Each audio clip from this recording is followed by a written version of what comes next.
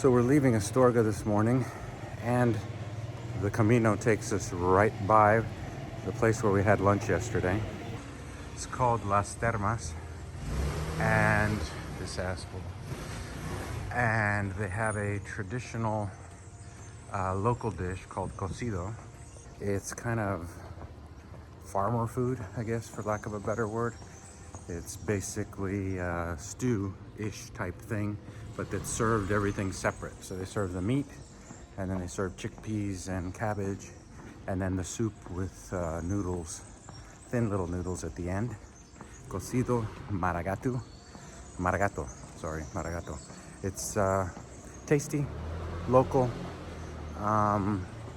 and worth a try, considering they only make it in Astorga, the maragato version. There's another version that's sold in other parts of Spain, including Madrid. And just around the corner from there, right by, you can see the Gaudí house there behind me. There are multiples of these, but you'll see these blue boxes. These are mantecadas, and then there's another one that are called hojaldres. Let's see if they're, those are the mantecadas on display. And then back behind the bar there, the counter, there's hojaldres. The hojaldres are a puff pastry that they make here locally, that are puff pastry, and they're covered with, it's kind of like baklava with honey, no? Yeah. Kind of like a baklava without all of the other fillings, like the pistachios and so forth, just the bread. Super, super tasty. And then the mantecados are more like what you call like a Spanish magdalena, like a madeleine in French, I guess. It's sort of like a sweet cupcake or muffin, but don't think cupcake because you're going to think American, super sugary with frosting. No, these are less sugary and good with coffee if you're the coffee dipper type. It's kind of like a spongy sort of cupcake, but those are typical Astorgan. I mean, they're known in Astorga for the mantecados and the hojaldre. And then, like I said, the cocido maragato is worth trying because it is a local thing as well.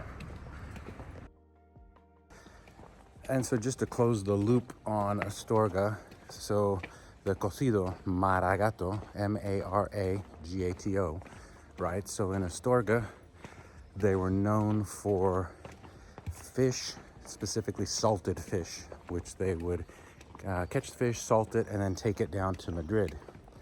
And the residents of Madrid are known colloquially as cats, gatos, right? And so the folks from Astorga would take the fish from the sea, from el mar, the sea, down to the cats in Madrid. And so they would take it from mar to a gatos, from the sea to the cats, hence maragatos. So we've been at it for about an hour and a half, a little over 4 miles done. We're starting to see a lot more pilgrims, and from talking to folks as we go, we're going to see more and more, especially once we get to a town called Sarriá, S-A-R-R-I-A. And the reason for that is that to get the credential, the final credential, like the certificate that says you completed the entire journey, the minimum that you have to walk is 100 kilometers. And Sarriá is a starting point along the French route that is just past 100 kilometers, more or less.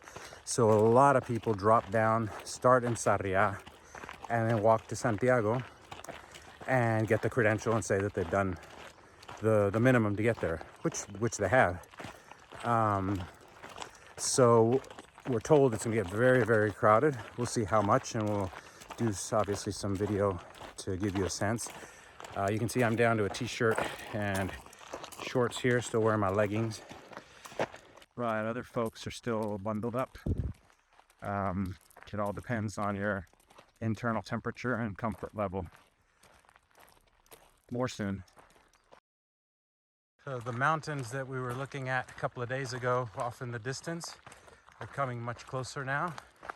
That's Galicia we're heading toward, and Santiago lies somewhere behind. So here's an unexpected little delight. We're entering Santa Catalina de Somoza, which is on the Camino. And it looks like a pilgrim's delight.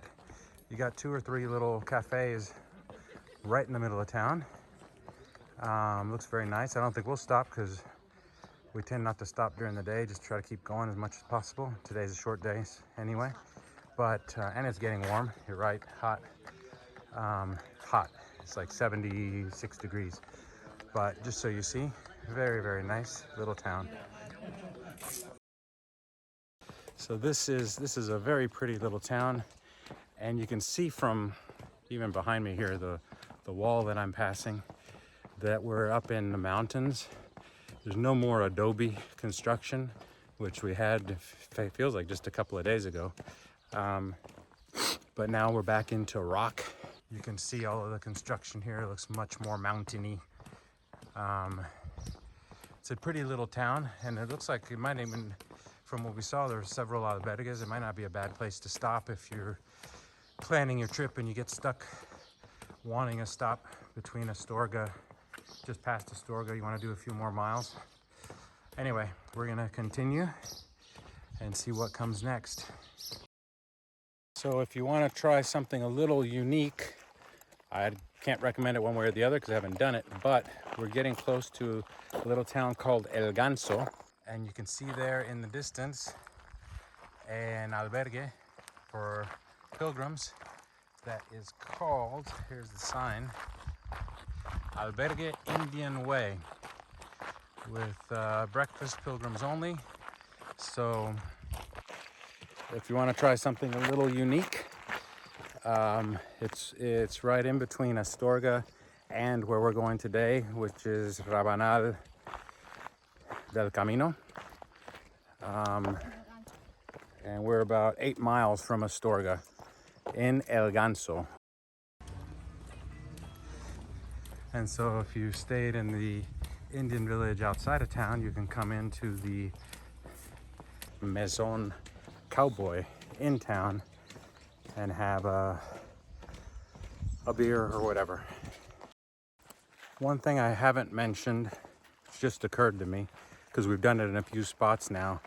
I think I already said something about whether or not to buy your breakfast in advance, because some places may start breakfast later than you want.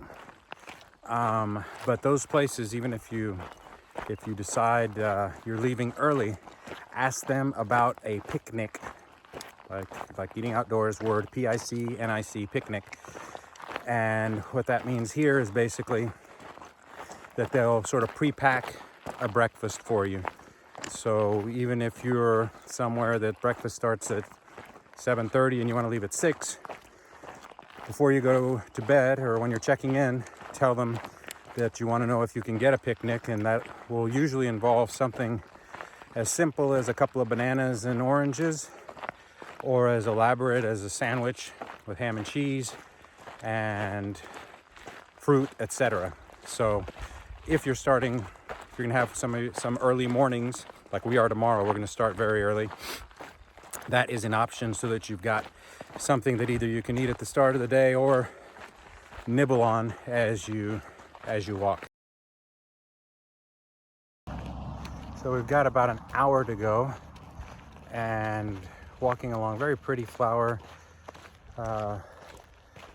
bordered path. I don't know if you can see up ahead, tons of pilgrims. These flowers, I don't know what they are. I'll Google it maybe and find out and put it in a caption or something, but they smell amazing. We've done with their jasmine or something. But anyway, we're up where those trees end to the right, about an hour walk, is our stop for the day, Rabanal del Camino. But a very pretty road. We've got pine trees to the right, and you can see way off in the distance that mountain there is, I believe, what we go over tomorrow. Tomorrow is a long day and a very hilly day. Since we started in San Juan, I think it's the second worst day of the trip as far as climb up and down and distance all in one. Shooting a little more video just because the change in scenery is so dramatic from Meseta, which we've been leaving, with Astorga being kind of the last sort of gasp, and now we're headed back up into the mountains. Lots of pine trees, foliage, birds chirping, cool breeze, shade. Very, very nice. So this last little bit to Rabanal, I don't know if you can tell, but it's kind of uphill. But this is nothing compared to what we got coming in a few days when we go to 𝗪𝗪𝗧𝗪𝗧.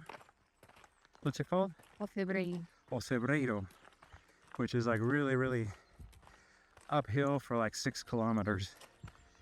But anyway, just part of the journey. Taking another shot here just because the change has been so rapid. Now we're surrounded by trees and shade.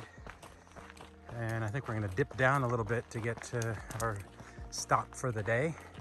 And then tomorrow is a long, slow climb. See if I can find a chart online to put a picture in here so you guys can see what we're talking about.